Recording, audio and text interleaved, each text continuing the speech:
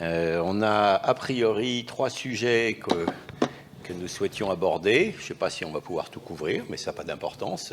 Ce qui est important, c'est l'interaction, c'est ce qui se passe. Alors, ces 3 sujets sont respectivement la pollution lumineuse, les débris spatiaux et la militarisation de l'espace. Pour préparer un peu tout ça, j'ai préparé quelques planches de contexte qui permettent de situer un peu le débat, donc en 3 fois. Et bon, je vais vous faire ces 2-3 planches, et puis les différents orateurs diront ce qu'ils ont envie de dire, voilà, sur le sujet, et puis vous pourrez aussi poser des questions. Alors, éléments de contexte. D'abord, déjà, sur la pollution lumineuse, ça désigne l'excès de lumière artificielle, hein, évidemment, avec tous les effets que ça peut avoir. Alors, ce qui est décidément, voilà. Donc ça, c'est en gros une carte très récente, hein, puisque ça, c'est une publication qui vient de sortir, qui montre un peu les niveaux de pollution, avec un certain nombre de niveaux qui sont intéressants. Je voulais... décidément. Voilà, le code couleur qui a été utilisé, c'est noir pour avoir très peu de lumière supplémentaire par rapport au fond naturel, qui lui est fixé par les sources célestes naturelles. Et donc, il y a évidemment la Lune, quand elle est là, l'émission atmosphérique naturelle, airglow, la rediffusion, les étoiles de la Voie lactée et la lumière zodiacale. Voilà. Alors, ce qui est très bon, c'est, alors évidemment, noir, c'est quand c'est quasiment indistinguable. Bleu, c'est en gros jusqu'à 8% supplémentaire par rapport au fond.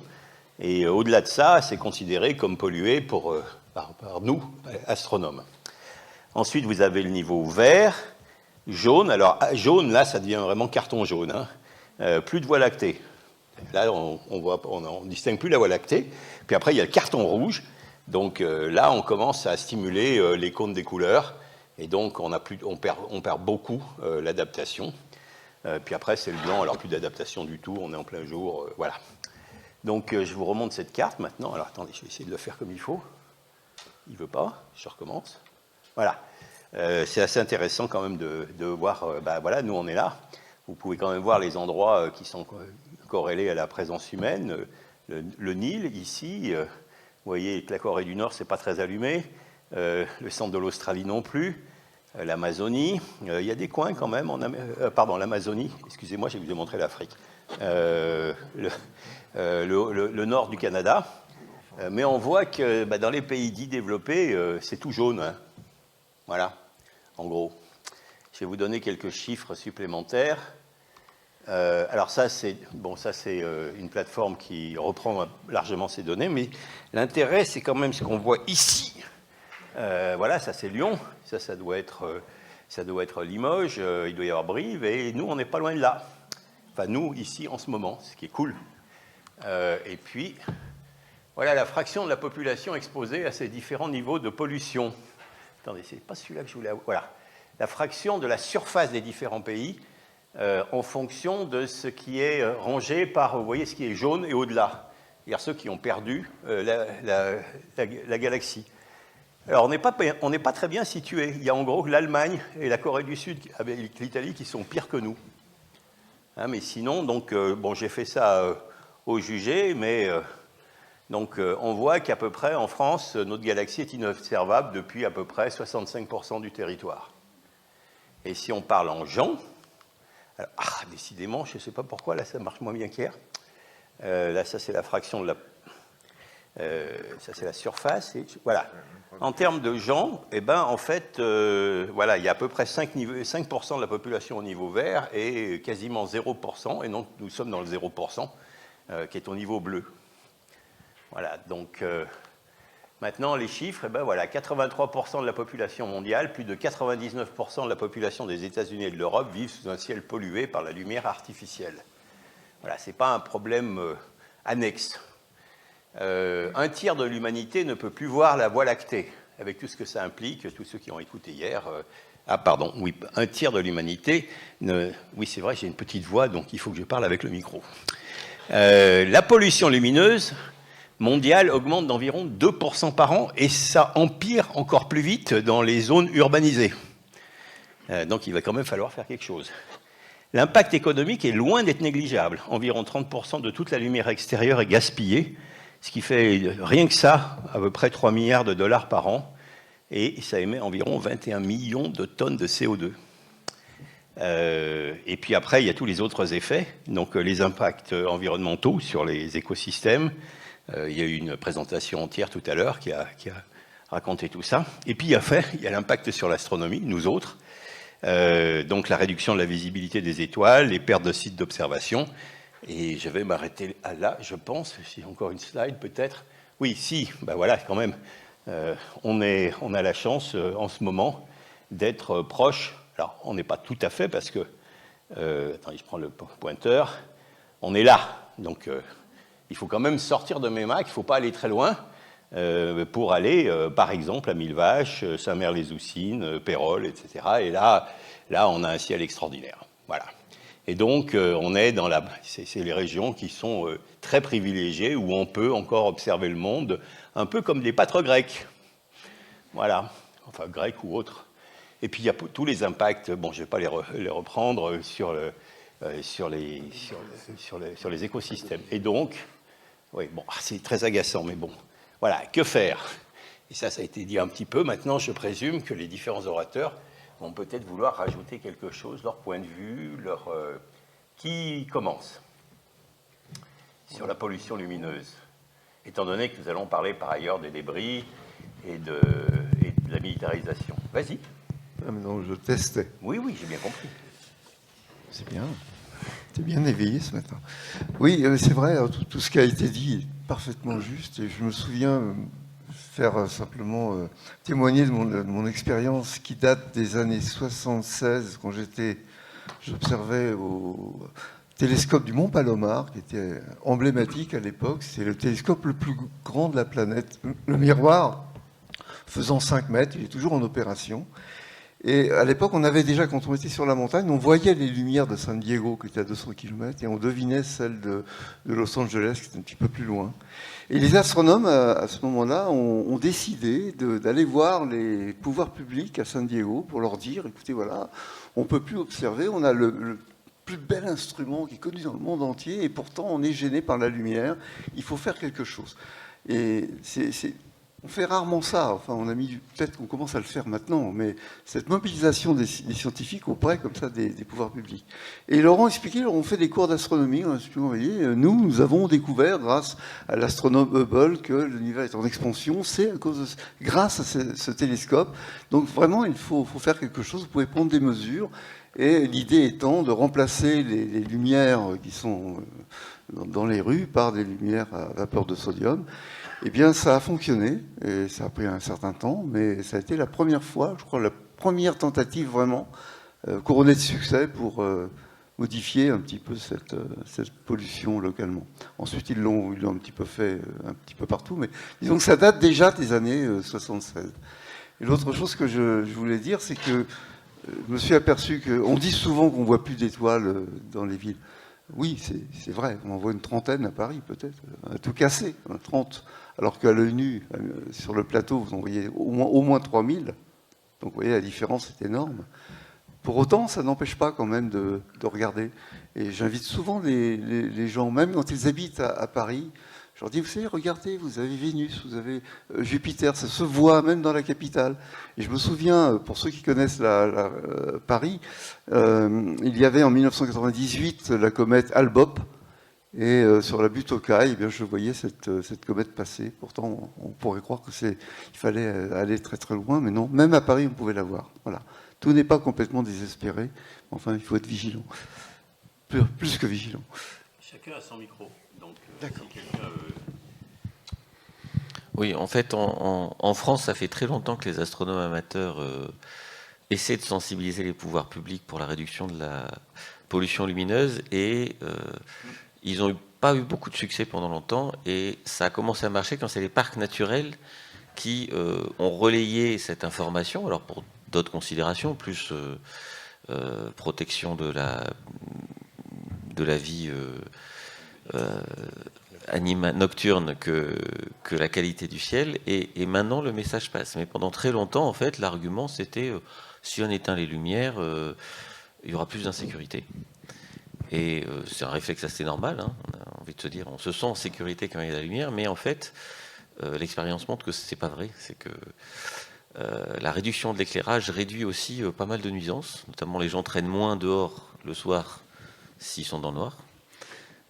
Non mais voilà. Les voitures ralentissent à la traversée des agglomérations précisément parce qu'elles sentent bien qu'on ne peut pas aller trop vite là où c'est éclairé.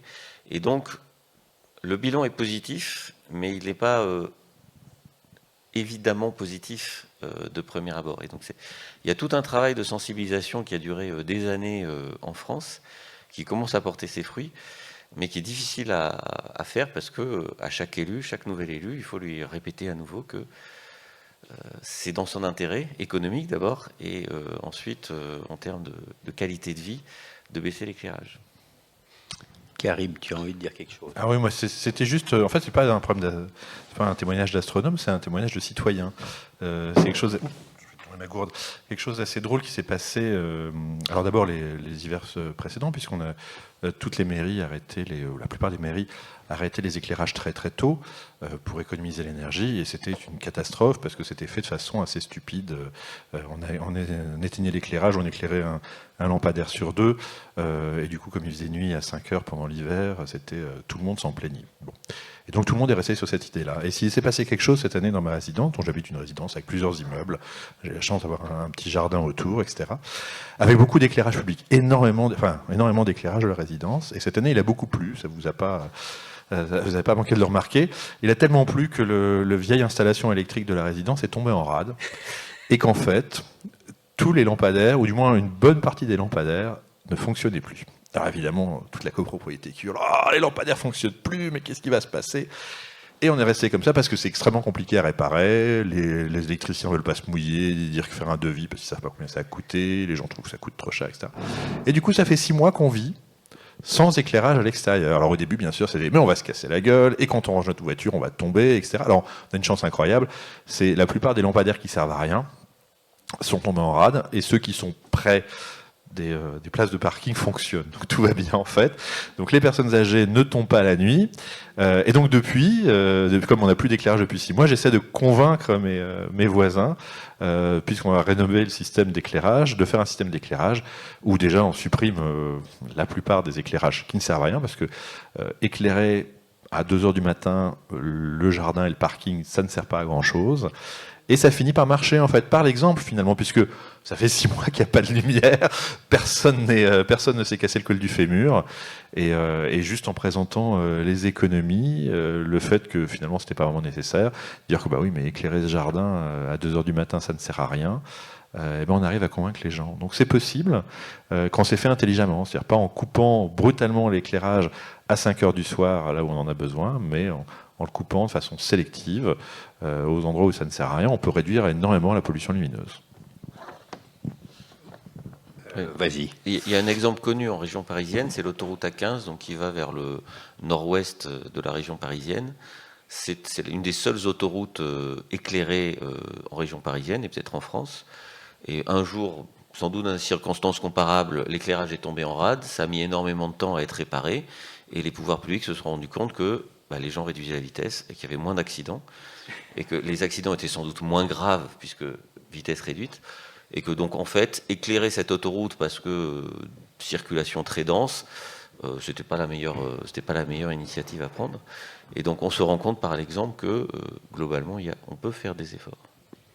Et je voulais rajouter quand même qu'en France, et pas qu'en France, il y a aussi des éléments de législation depuis assez longtemps, notamment dans les radiofréquences, parce qu'on parle de la lumière, la partie visible par nos yeux à nous, mais il y a tout le spectre électromagnétique, et ça fait longtemps qu'il y a des fenêtres réservées aux militaires, à la télévision, aux astronomes, et le problème, c'est que c'est en train d'être grignoté pour des motifs économiques. Et donc il y a une bataille invisible, mais pourtant bien présente, notamment entre les astronomes et les Elon Musk de ce monde, parce que d'un côté il y a beaucoup d'argent à faire, et de l'autre on préserve juste la capacité d'observer le monde. Là aussi vous pouvez vous pouvez y penser. Justement, si tu on parle tout de suite, parce qu'on a parlé de la pollution lumineuse au sol. Est-ce qu'on parle de la pollution lumineuse en l'air tout de suite, ou oui, tu veux peux, en oui, parler plus vas-y, tard? vas-y. Parce que là, après, on fait les débris et les armes. Alors, si tu parles des Elon Musk, le plus gros problème maintenant, c'est ces constellations de satellites. Alors, il y a celle de Starlink, mais tout le monde veut sa constellation de satellites à des orbites relativement basses. Et on les voit très très bien. Et le plus gros problème, c'est que ce sont des trains de satellites, donc qui sont les uns derrière les autres, qui passent comme ça, et ça fait d'énormes traînées sur les images, et tous les observatoires s'en plaignent énormément. Et cela est vrai pour les observatoires visibles, infrarouges, etc., mais comme tu le dis aussi, pour la radiofréquence.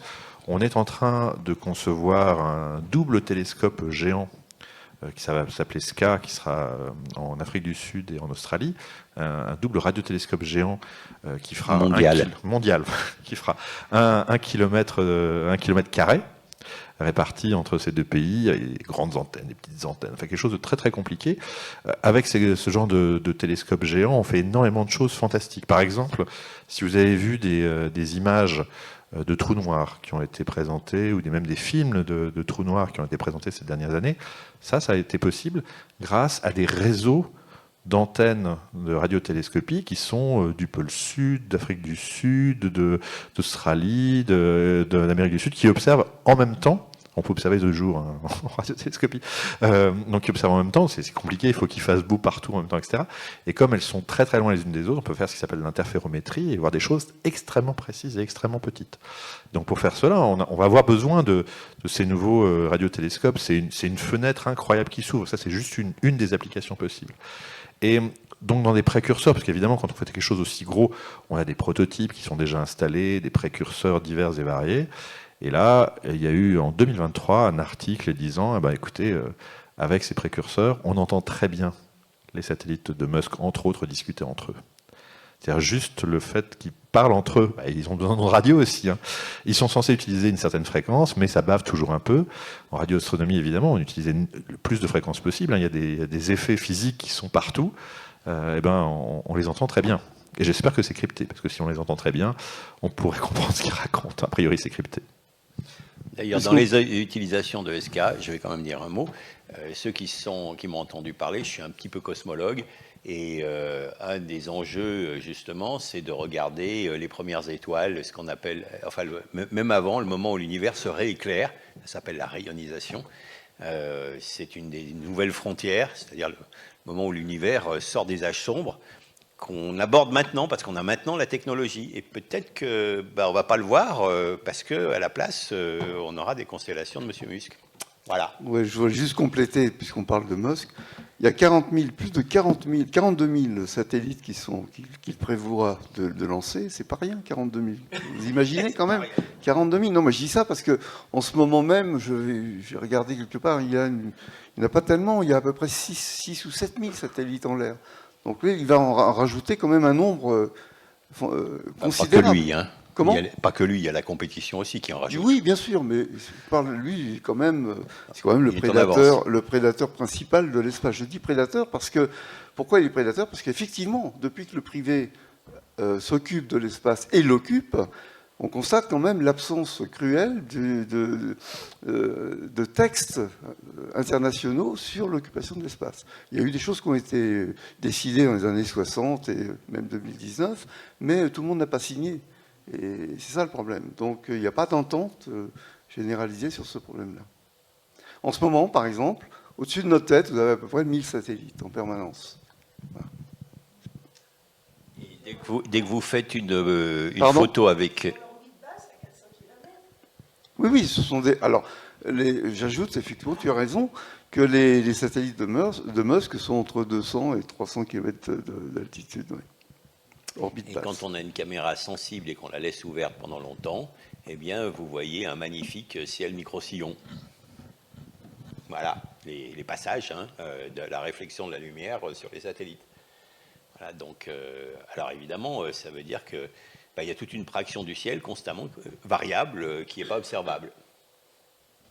Voilà. Oui, bien sûr. Merci. Alors attendez, oui, voilà, allez-y.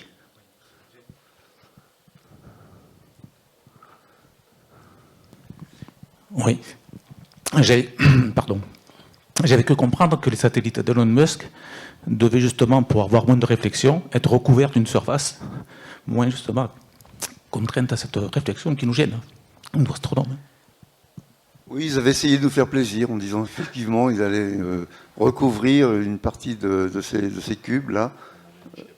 Oui, peut-être Kapoor va venir à la rescousse, oui, d'une pellicule noire. Mais bon, Mais ça marche en pas. tout cas, on est... Pardon ? Ça marche pas parce que Ça le marche satellite, pas. s'il est recouvert de Il peinture tourne. noire, il chauffe. Oui, déjà. Et s'il chauffe trop, il fonctionne pas. Donc C'est le même l'effort, c'est plutôt faire en sorte qu'il n'y ait pas de réflexion vers la Terre, que la forme du satellite et son orientation reflètent relativement peu de lumière directement vers la Terre. Mais on peut pas peindre les satellites en noir. Vous avez vu, tous les satellites, ils sont plutôt en blanc, précisément pour éviter de chauffer. Donc on peut pas vraiment limiter ça. Voilà, on peut pas perdre l'énergie. Oui, qui veut? Bah, je vais vous le... Ah, tu donnes le tien. Voilà. Pour éviter peut-être ce genre de pollution, notamment astronomique, une idée était de mettre des télescopes et radiotélescopes sur la face cachée de la Lune. Alors ça, j'ai une réponse là-dessus. Alors oui, moi j'envoie Euclide. Donc vous voyez, j'envoie un télescope loin. Il n'est pas sur la Lune, hein, Euclide quand n'est même. pas sur la Lune, mais il est suffisamment loin à L2. Il est encore plus loin que la Lune. Il ne voit pas les satellites d'Elon Musk. Mais si vous avez suivi ma présentation d'hier, je vous ai dit, ce joujou, il est déjà à 1 milliard. Et il a 1 milliard, il est seulement à 1 milliard, à une condition, c'est qu'on fasse de l'espace, ce qui est pratique de faire de l'espace, et ce qu'on fasse de la Terre, ce qui est pratique à faire de la Terre. En fait, si on veut tout faire de l'espace, ça va coûter beaucoup, beaucoup plus cher, et puis c'est une solution là qui va beaucoup plaire à Musk, hein. Il y aura plus de lancements, des satellites plus gros, etc. Tout va être plus cher, tout ça pour faire plaisir, enfin, pas pour faire plaisir, on utilise aussi ces télécommunications. Mais il faut faire des efforts pour essayer que tout le monde partage cette ressource rare qui est la lumière, enfin le spectre électromagnétique et la possibilité d'observer le ciel. Même si on fait des satellites, même si on va mettre des radiotélescopes sur la Lune, et peut-être qu'on le fera un jour, on aura toujours besoin de faire des observations du sol. Et puis, moi, il y a quand même quelque chose qui me tient beaucoup à cœur, c'est le fait que je ne sois pas le seul, moi, astronome, disposant de budget, de financement, à observer le ciel. Aujourd'hui, on a de plus en plus... Moi, je me souviens d'une fête de la science où j'avais en face de moi un professeur de physique qui était complètement désemparé. Il travaillait dans une banlieue difficile, et il avait une bonne partie de sa classe au lycée qui était complotiste, et qui lui expliquait qu'on n'était jamais allé sur la Lune, que c'était un mensonge.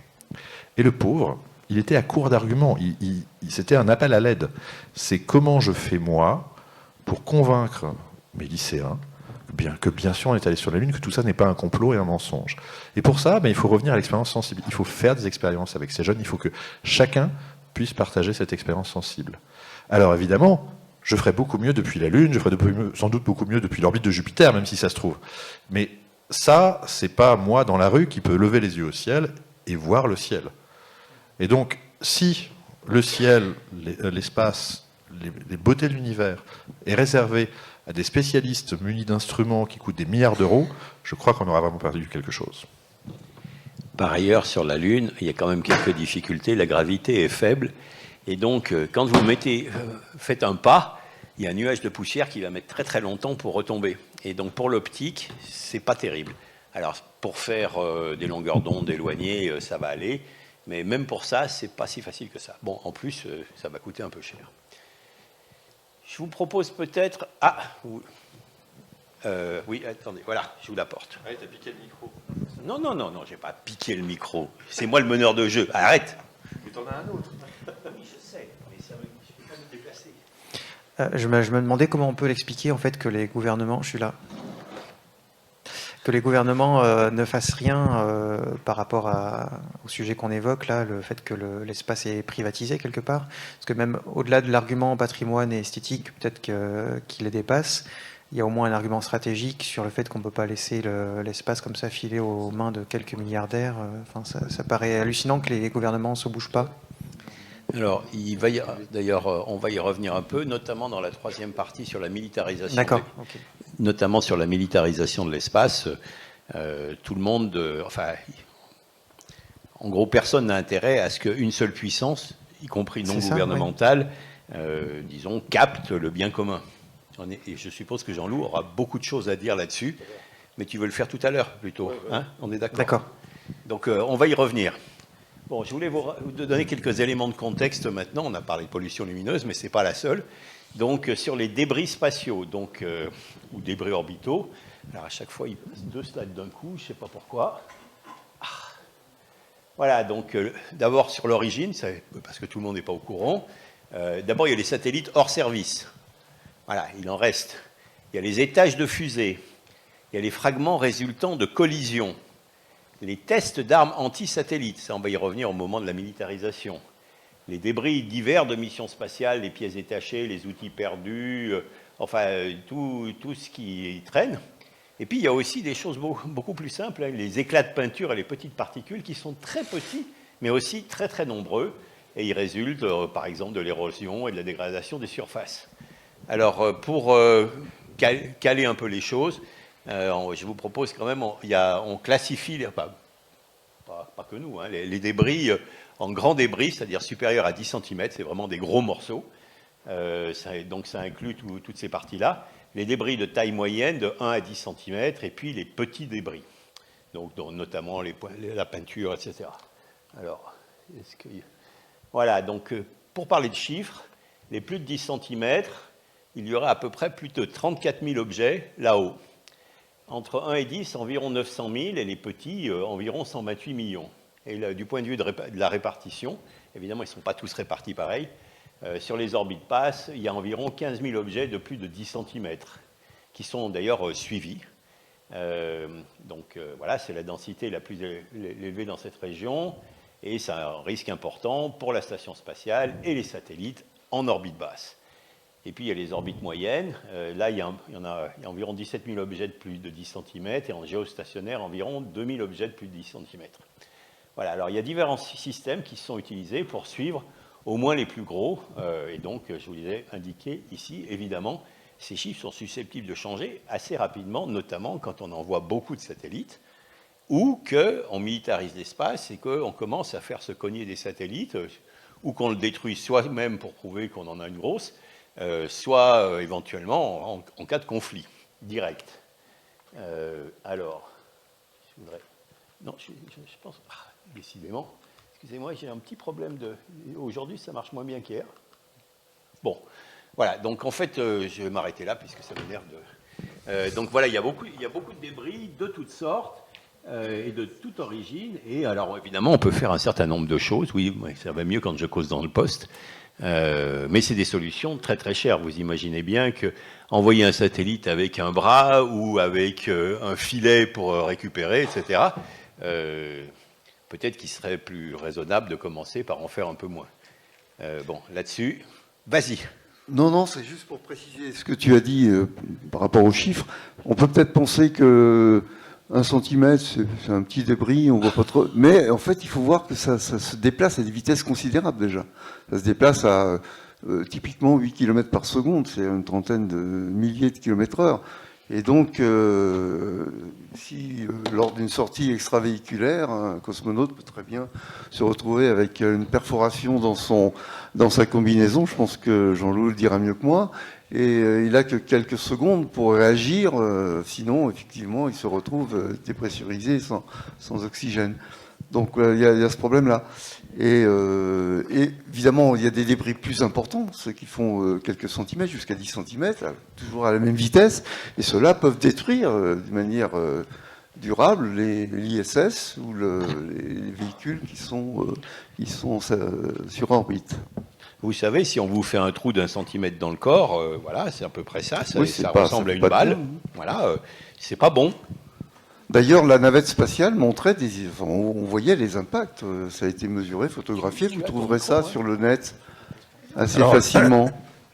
Je vous apporte effectivement le témoignage de l'astronaute, et pour dédramatiser quand même un petit peu, parce qu'on risque d'arriver à un véritable champignon.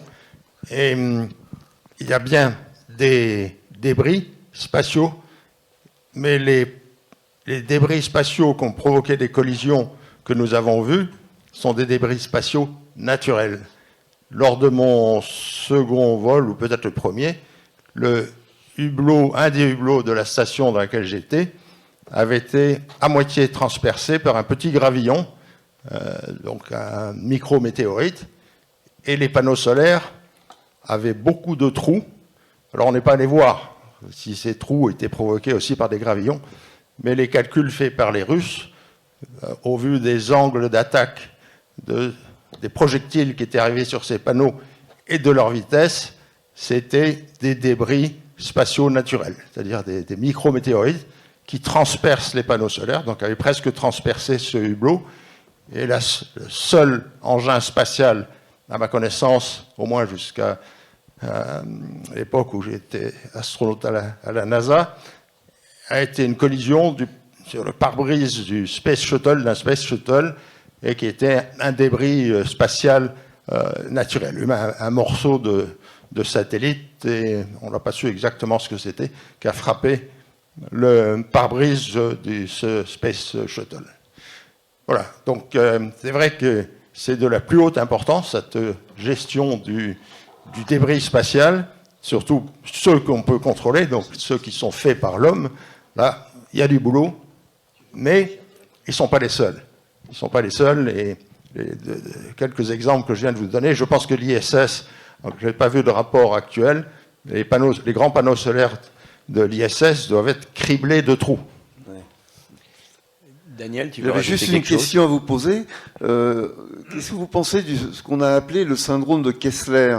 L'idée selon laquelle il y aurait tellement de débris qu'on pourrait même plus sortir de notre planète parce que ce serait trop compliqué, il y aurait des collisions, enfin voilà. Syndrome de Kessler. Oui, c'est exagéré, mais c'est vrai que le problème est entier. On envoie beaucoup de satellites, ce qu'on disait tout à l'heure, arriver à des dizaines de milliers de satellites qui nous survolent. Il faut faire quelque chose. Le quelque chose est en principe en route. Il y a un accord international sur la possibilité, le devoir de lancer un satellite équipé de ces moyens, non pas de récupération, mais de redescendre. C'est-à-dire qu'il doit avoir l'énergie suffisante pour être désorbité et renvoyé à la case départ. Pas tout à fait, ça Elon Musk sait le faire. Je pense qu'on n'imposera pas aux fabricants de satellites de les ramener dans leur cave le jour où ils ne s'en servent plus. Un petit mot sur l'effet Kessler. Et l'effet Kessler, en fait, c'est simplement quand vous avez deux gros débris qui se collisionnent, ça fait un nuage de plus petits débris qui, à leur tour, si la densité est suffisante, peuvent se collisionner pour fabriquer encore plus petits.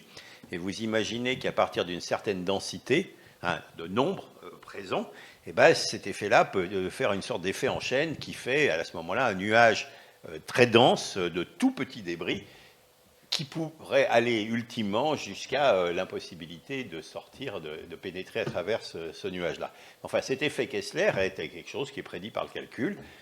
Simplement, il faut arriver à une certaine densité. Si vous avez deux morceaux en tout dans le système solaire, ça ne va pas le faire. Vous sentez bien. Donc, voilà, mais il y a un danger, effectivement, d'aller trop loin. Est-ce que quelqu'un veut rajouter quelque chose ou monsieur peut poser sa question? Allez-y. Oui.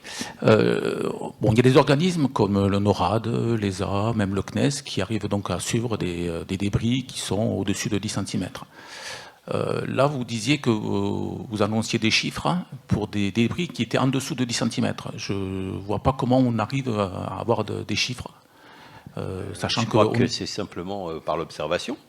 Une chose est de les suivre en temps réel avec la position, etc. Ça, c'est une chose.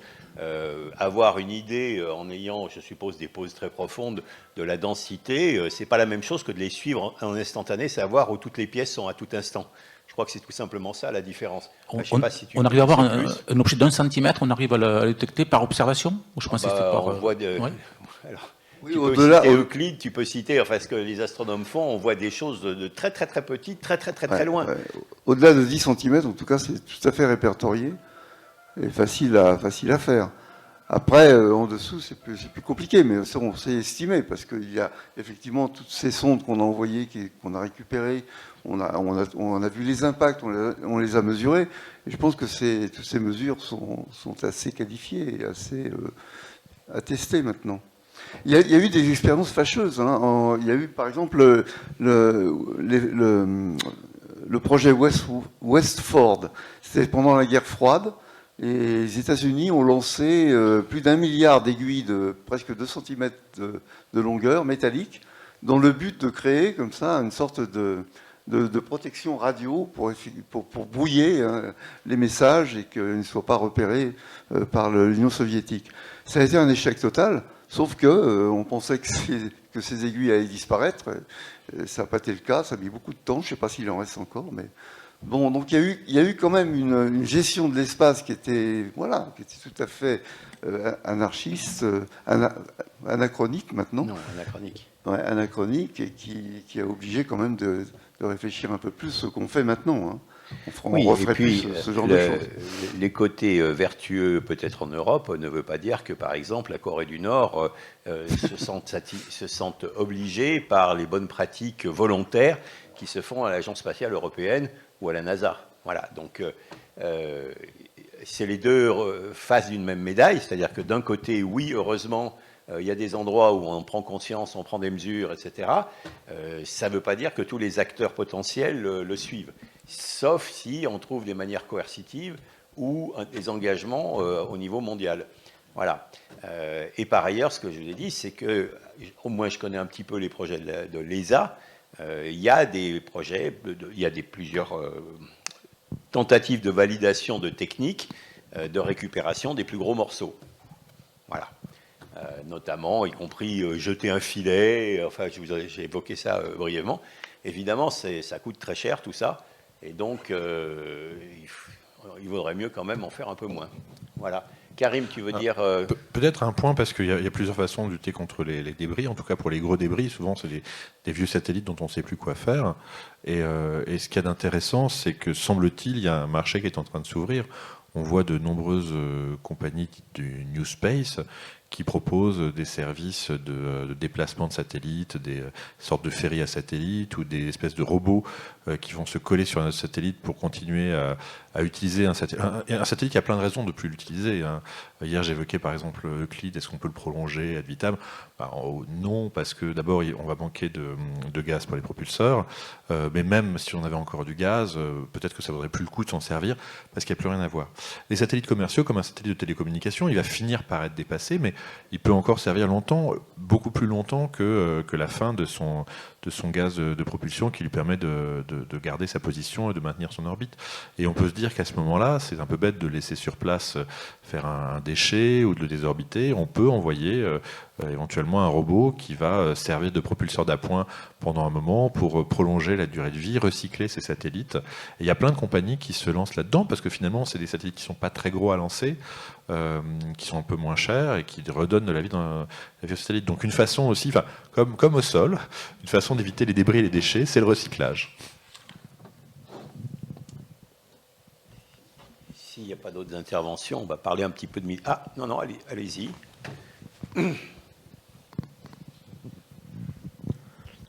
C'était juste pour mettre en rapport la pollution dont vous parlez avec la pollution des océans et les vortex de déchets, entre autres du Pacifique Nord, avec ces centaines de millions de tonnes de déchets qui flottent, de plastique qui se transforment en microparticules, que les poissons ingèrent et que nous, on finit par ingérer aussi. Il y a aussi un enjeu absolument considérable. Alors, je ne sais pas s'il y a une réflexion globale sur ce type de pollution, mais pour les océans, pour lesquels, disons, les conséquences sur l'humanité, sur les hommes, sont encore plus proches, il y aurait beaucoup à faire. C'est une autre des nuisances de nos activités. Simplement, les méthodes pour récupérer ces échantillons, qui sont en train d'être discutées aussi, sont assez différentes quand même. Et nous, on n'est pas particulièrement bien qualifiés pour vous en dire beaucoup plus sur ce sujet-là. Voilà, donc on va attendre la prochaine. Il y a des considérations d'éthique qui sont vraiment importantes. Les considérations éthiques sont similaires. C'est fondamental, c'est vrai. Mais simplement sur la Lune déjà, il y a 200 tonnes, j'ai repéré 200 tonnes de déchets qui ont déjà été déposés depuis qu'on y va, et une cinquantaine de sondes qui se sont écrasées sur la Lune. Donc ça veut vraiment dire qu'il y a un moment, il va falloir quand même réfléchir à la manière dont on gère l'espace. Et c'est en train d'être fait. Il ne faut pas croire non plus que les gens font n'importe quoi, mais il y a évidemment des tensions internationales, vous l'avez remarqué, et tout le monde n'est pas prêt à se mettre autour d'une table et respecter les règles qui devraient être établies et écrites. Ouais. C'est pour ça qu'on parle de conflit d'usage, parce qu'il y a des gens qui veulent utiliser cet espace et le garder pour eux, voilà, d'une certaine manière. Tu veux dire quelque chose? Un élément, c'est que on se rend compte que maintenant, si on envoie des satellites en fin de vie dans l'atmosphère terrestre, pour qu'ils ne polluent pas l'espace, en fait, ça finit par provoquer une pollution atmosphérique, parce que ça diffuse dans la haute atmosphère, le satellite se vaporise avant de tomber au sol, et on se rend compte que ça commence à faire un volume de pollution très diffus, mais très étendu, qui pourrait poser problème à terme. Donc, enlever de l'orbite basse des satellites, c'est bien, mais les envoyer dans l'atmosphère, ça va poser son lot de problèmes. Et donc, à nouveau, il vaut mieux en envoyer moins souvent et moins nombreux que se dire on va les envoyer ailleurs. Il y a une autre forme de pollution dont on n'a pas parlé, mais ça nécessiterait encore d'autres discussions, c'est celle des pollutions bactériologiques. C'est-à-dire que là, nous, on peut effectivement amener des bactéries, mais on peut aussi ramener des bactéries. C'est le cas des vols sur Mars. Évidemment, c'est des choses qui sont prises au sérieux. Hein, on ne fait pas n'importe quoi. Mais il y en a qui, voilà, on ne peut pas ignorer qu'il y a peut-être des missions qui seront peut-être moins respectueuses de ce genre de problème. Donc on continue notre panorama des conflits d'usage, cette fois de l'espace. Cette fois, il y a des tensions et des désaccords entre nations et entre acteurs économiques majeurs, concernant l'utilisation, l'exploitation et la militarisation de l'espace. Alors là aussi, quelques points, si j'y arrive. Les piles doivent être moins fortes qu'hier. Voilà, alors en termes de souveraineté, il y a un traité sur l'espace extra-atmosphérique de 1967, auquel il a été fait allusion précédemment, et qui stipule que l'espace extra-atmosphérique est libre pour l'exploration et l'utilisation par tous les pays et interdit les revendications de souveraineté nationale. Alors tout va bien. Cependant, les interprétations du traité peuvent varier et certains aspects restent ambigus. Et puis, il y a la partie de l'exploitation des ressources. Il y a des entreprises et des nations qui envisagent l'exploitation minière, que ce soit sur la Lune, les astéroïdes, enfin, en gros, tout ce qui est accessible et pourrait être source de profit. Voilà. Alors, le rappel, bon, c'est pas la peine de le faire, on vient de le faire, c'est le rappel de tous les problèmes de sécurité. Et justement, il y a quand même des désaccords sur qui est responsable du nettoyage des débris et comment les coûts devraient être partagés. Là aussi, on rentre dans le vif du sujet, c'est, bon, ben voilà, on a sali, qui nettoie? Voilà. Je ne crois pas que j'ai dit beaucoup plus de choses là-dessus, donc je vais regarder quand même. Alors, oui, bien sûr, utilisation militaire, il faut quand même en dire quelques mots. C'est quoi? C'est les systèmes de surveillance et de reconnaissance. La guerre en Ukraine a complètement modifié l'aspect des choses, puisque en gros tout le monde sait en temps réel tout ce qui se passe de manière très très précise, avec les résolutions, c'est-à-dire la taille des objets qu'on est capable de voir au sol. Maintenant, ça approche le mètre. Je parle sous contrôle, donc on arrive à savoir très très bien tout ce qui se passe. Et donc ça dépend de l'espace, bien sûr. Il y a évidemment le positionnement et la navigation, y compris pour les usages militaires, hein, et puis y compris les drones quand ils ne sont pas en first person flight. Et puis après, il y a les aspects guerre électronique et les cyberattaques, y compris par brouillage, pour brouiller le système de l'ennemi. Voilà. Donc vous voyez bien que... Alors il y a des exemples. Hein, aux États-Unis, dès 1985, les États-Unis ont détruit leur propre satellite avec un missile tiré depuis un avion F-15. Donc ce n'est pas la science-fiction dont on vous parle. Ça, c'est dès 1985. En 2007, bon ça, probablement la plupart d'entre vous se souviennent, la Chine a mené un test en détruisant, là aussi, encore un de ses satellites, météo, générant une grande quantité de débris et envoyant un message qu'elle était capable de pulvériser le satellite de quelqu'un d'autre, même si on commence par le sien. L'Inde, 2019, donc tout le monde s'y met, hein, un satellite en orbite basse, voilà, pour démontrer sa capacité, elle aussi, d'armes anti-satellites. Et puis la Russie, évidemment, on en a fait pas mal. Le plus récent était en 2021. Qui ont... Pardon ? Ah bah alors j'en ai loupé encore un. Bon. Mais tout ça, voilà, donc en fait, c'est très actuel, même si on ne se rend pas compte de ce qui se passe. Voici quelques exemples, je ne les ai pas tous collectés, hein, mais de brouillage, cette fois par la Corée du Nord. Alors, chaque fois, c'est toujours difficile d'envoyer la responsabilité, hein, et ces informations sont quelquefois classifiées, mais enfin, voilà, elle a été accusée à plusieurs reprises de brouiller les signaux GPS en Corée du Sud. Bon, il y a pareil en Europe de l'Est, dans le Golfe Persique. Enfin, il suffit de regarder, en gros, les conflits récents, et vous trouvez l'utilisation militaire de l'espace dans ces conflits. Voilà, donc c'est quelque chose qui est tout à fait présent. Les attributions, la sûreté des attributions est souvent une information qui n'est pas disponible, en tout cas avérée. Mais enfin, bon, il y a des gens qui savent, hein. Voilà. Et puis, il y a les interférences volontaires. Alors, il y a les interférences involontaires, hein, comme un camionneur, pour éviter d'être pisté, qui avait mis un brouilleur. Et donc, c'est assez amusant. Et j'ai oublié de mentionner quand même des groupes militants et terroristes. Maintenant, ça devient une capacité technique qui n'est plus simplement réservée aux très grands États. Donc, là aussi, on peut facilement imaginer une prolifération assez agressive. Voilà, donc je pense que je vais m'arrêter là sur les éléments d'introduction. Voilà. Le traité de 1967 dont tu as parlé, on est loin maintenant, hein, et d'autant plus qu'il avait été signé par très peu de pays, en particulier pas ces pays-là, les pays dont tu parles maintenant, l'Inde, la Corée, la Chine ne participaient pas. Oui, donc ça pose la question d'une certaine gouvernance mondiale de l'espace, et Jean-Loup, tu veux peut-être nous dire des choses sur ce sujet-là? Oui, pour ma part, oui, deux volets d'observation. Le premier, donc, qui nous concerne dans le domaine que tu viens de décrire, qui est le volet de surface. C'est-à-dire les problèmes ressentis par les politiques en surface et utiliser l'espace pour se défendre des problèmes de surface. Bon. De surface terrestre. De surface terrestre. Et ça, c'est... Je vais utiliser plusieurs images dans cette présentation.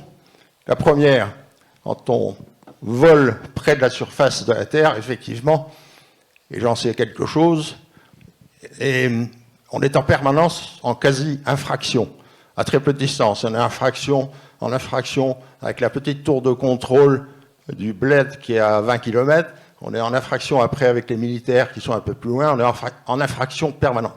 Dès qu'on monte, ces zones commencent à s'estomper.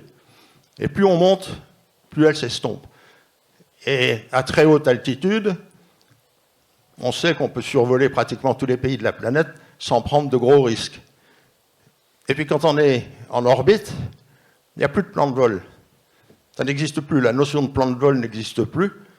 Les vaisseaux spatiaux, qu'ils soient chinois, russes, américains, européens, etc., survolent tous les pays de la planète sans jamais se faire tirer dessus. Donc, les problèmes de surface qui voudraient nous amener à réagir à haute altitude sont à mettre complètement de côté. C'est une explication à passer aux politiques. Ne pensez pas à l'espace pour résoudre vos problèmes de surface.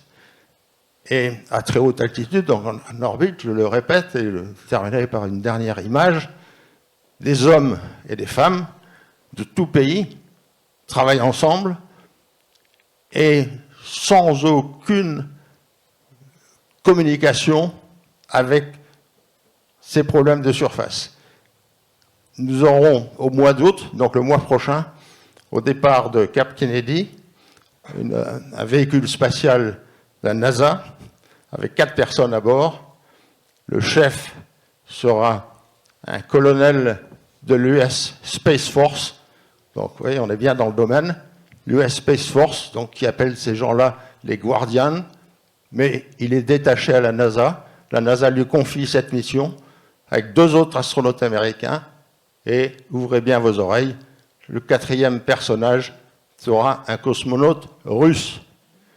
Voilà la différence entre la très haute altitude et la surface. Et après, je vous parlerai de l'autre problème de la régulation des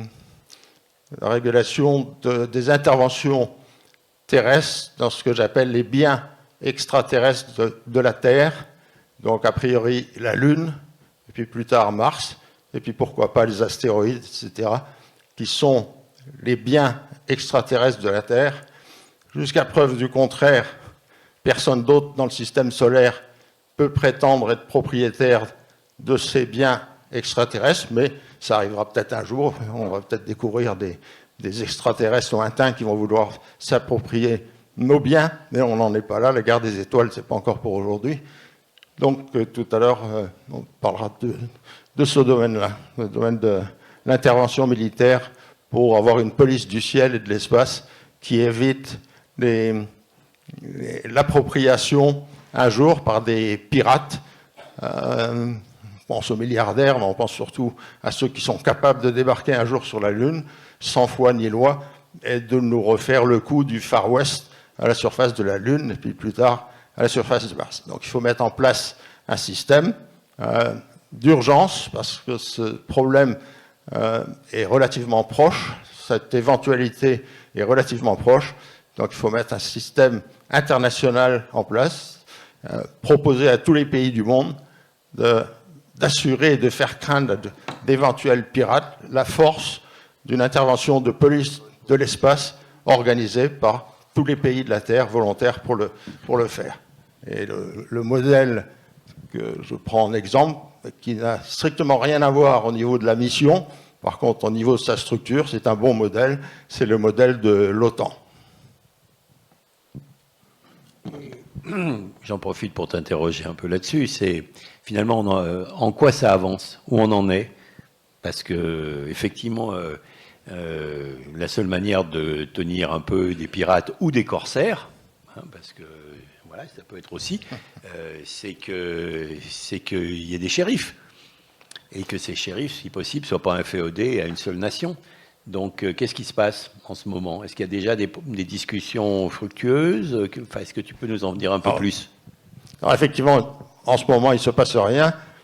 J'ai lancé le débat avec quelques collègues il y a 6 mois.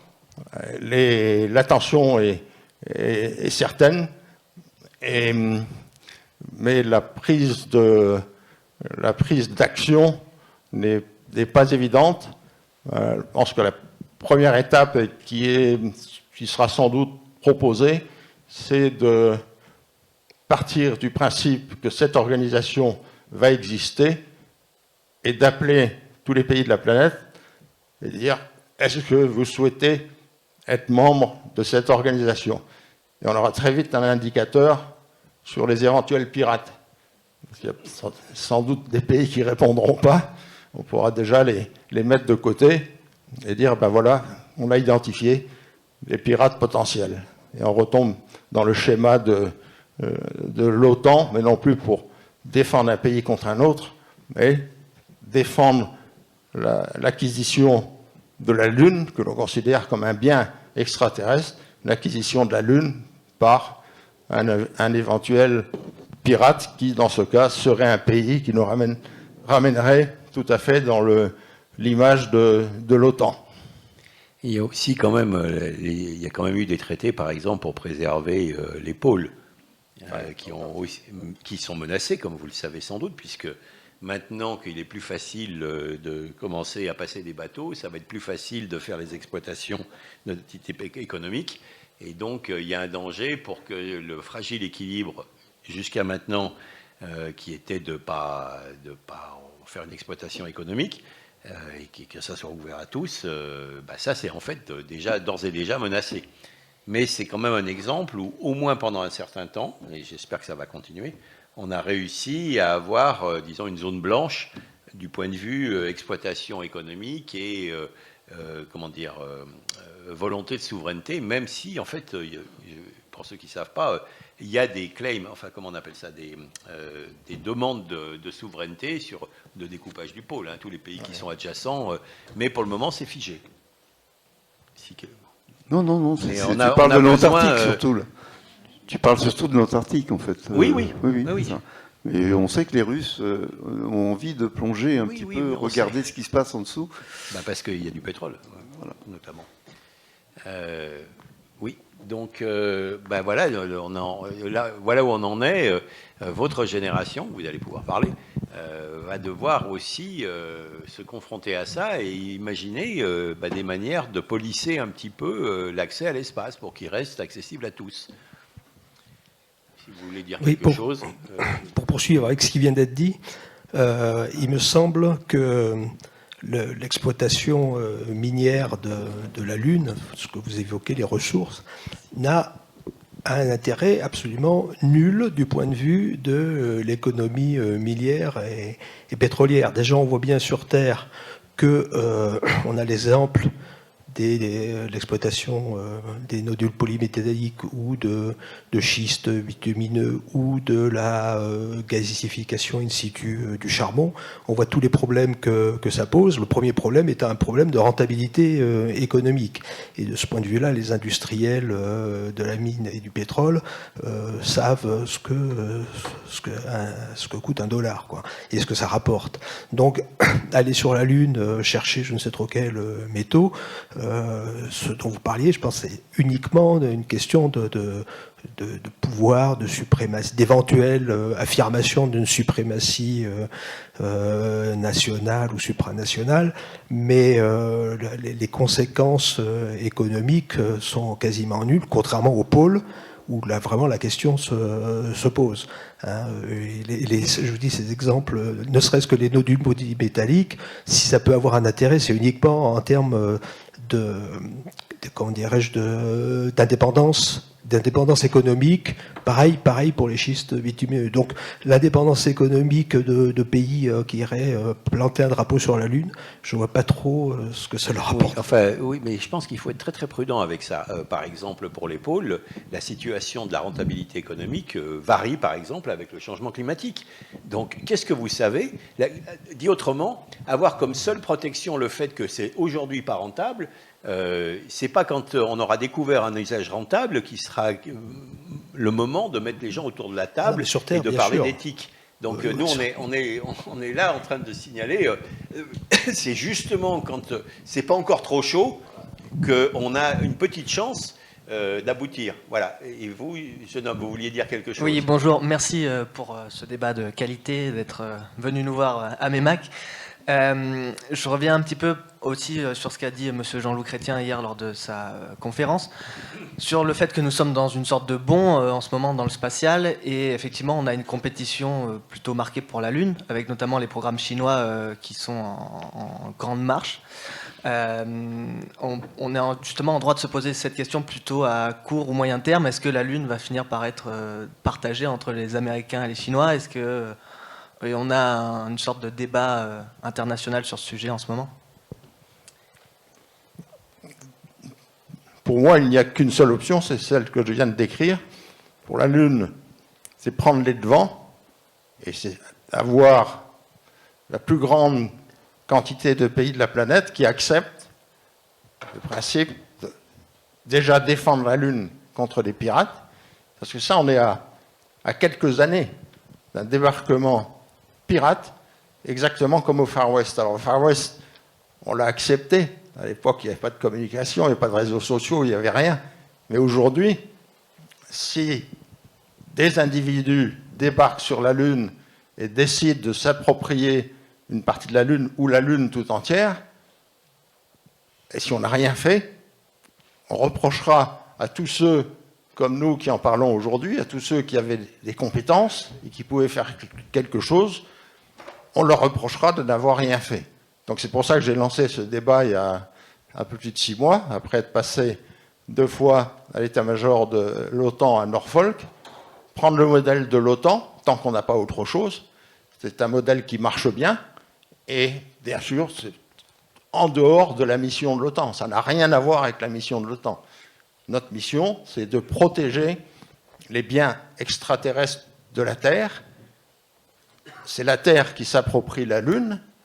Jusqu'à preuve du contraire, je répète, personne d'autre ne peut le faire. Donc c'est une colonie de la Terre, colonie entre guillemets, il n'y a personne sur la Lune, donc on ne va pas coloniser les habitants de la Lune. Donc on débarque d'une façon purement scientifique et exploratoire, mais on veut surtout que cette Lune soit préservée, qu'elle ne devienne pas un Far West et peut-être un champ de bataille. Parce que, hélas, l'être humain étant conçu comme il l'est, il est parfaitement capable d'aller se battre sur la Lune rien que pour le plaisir de se battre. Voilà, bon, nous arrivons donc au terme de cette table ronde. Quand même, si vous êtes démangé par absolument un point à rajouter, là, on peut prendre encore 2 minutes, même si ça s'agite au fond. Donc, est-ce que vous avez des propos conclusifs que vous souhaitez avoir? Oui, Karim. Juste un mot, parce que la tonalité était un peu sombre là sur la fin. Il y a quand même l'exploitation de l'espace, c'est pas seulement l'exploitation au sens commercial, de souveraineté, etc. C'est aussi, bon, on l'a vu, de la recherche. Et puis aussi, c'est aller les mains dans la main. Enfin, Jean-Luc Chrétien a mis en avant qu'on était capable de coopérer dans l'espace, les nations coopèrent dans l'espace, mais aussi les acteurs privés et les acteurs institutionnels, la recherche, peuvent coopérer dans l'espace. J'en veux pour preuve, par exemple, un exemple de collègues qui sont en train d'essayer de placer un module à visée purement scientifique sur un satellite de télécommunication privé, parce que comme ça évite de concevoir un satellite pour envoyer ce module dans l'espace. Et donc, il y a des moyens de coopérer et d'aller vers quelque chose, une utilisation raisonnée, ensemble de l'espace, qui sert tout le monde, aussi bien les acteurs commerciaux, qui nous servent aussi. On est très content d'avoir des télécommunications ou d'avoir la météo et autres, et qui servent aussi la recherche, le bien commun. La météo, le climat, c'est aussi le bien commun. Je pense que c'est vers là qu'il faut aller, et j'espère qu'on ira par là. Oui, juste, bon, désolé si c'est sombre sur la fin. Et non, je reviens à l'image que j'ai donnée au début, qui est une image très forte, qui fait la suite de l'époque de Apollo-Soyouz. J'espère que vous vous souvenez de ce que ça a été. En pleine guerre froide, les Américains et les Soviétiques ont réussi cette mission conjointe, Apollo-Soyouz, qui a laissé des traces gigantesques, qui a laissé déjà, sur le plan humain, des contacts qui ont été tellement forts qu'à la chute du mur, à la chute de l'URSS, eh bien, cette coopération s'est relancée au niveau de l'ISS. Et je termine donc à nouveau par cette image de cette mission qui part cet été et qui n'est pas la seule. Les Américains et les Russes continuent à voler ensemble dans l'espace, ensemble. Donc, on est loin là-haut des problèmes de surface. Et ce qu'on essaie de lancer aujourd'hui, c'est faire de la Lune, parce que la Lune, ce sera à nouveau une surface. Donc les hommes se comporteront à nouveau comme en surface. Faire en sorte que sur la Lune, on ait des hommes qui se comportent comme ceux qui se comportent en orbite aujourd'hui, qui sont capables de travailler ensemble, loin des soucis de la surface, très loin de ces soucis. Et cet exemple est quand même très fort aujourd'hui de savoir que les politiques russes et américains ne se sont pas mis en travers de cette démarche de l'espace. C'est la NASA, mais c'est surtout les gens de l'espace qui disent nous, on continue à travailler ensemble. Et il faut que ce soit pareil au-delà de la Terre, que loin de la surface de la Terre, et y compris sur les domaines extraterrestres, donc comme la Lune et Mars, ce soit les peuples de la Terre et non pas des pirates, des guerriers, et prêts à transporter là-haut l'esprit, le mauvais côté de l'esprit humain, l'esprit bagarreur. Ça, il faut effectivement tout faire pour que ça n'arrive jamais. J'aimerais conclure sur le fait que c'est peut-être possible de coopérer quand il n'y a pas de gros intérêts économiques. Ce qui, moi, m'inquiète plus, c'est quand il y a des intérêts économiques bien clairs. Quand on parle de la colonisation de l'espace des basses orbites, ça ne dépend pas juste d'une coopération, c'est que là, c'est plus 2 États, c'est avec un acteur non étatique, avec un intérêt tout à fait particulier. Donc, dans ce cas-là, il faut aussi, moi, c'est ce que je vous incite à faire, d'abord d'être conscient du problème, et quand vous avez par exemple un député, quand vous avez quelques moyens que ce soit, de faire savoir que vous n'êtes pas indifférent à ce problème-là, que vous êtes capable de percevoir l'enjeu.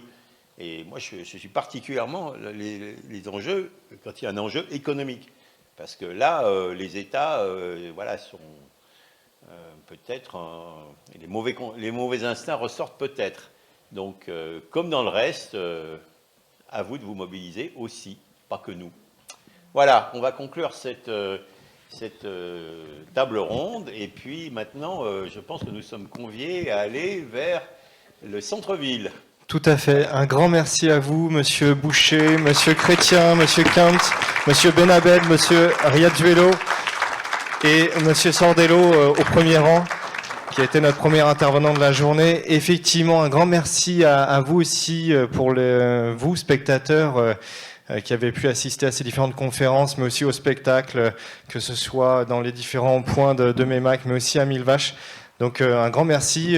On vous propose de clôturer ce week-end festif donc dédié aux 20 ans du PNR de Mille Vaches en Limousin par un petit apéro convivial sur la place de l'église au Halles. Vous êtes les bienvenus tous. Allons terminer en beauté ce week-end. Merci à tous.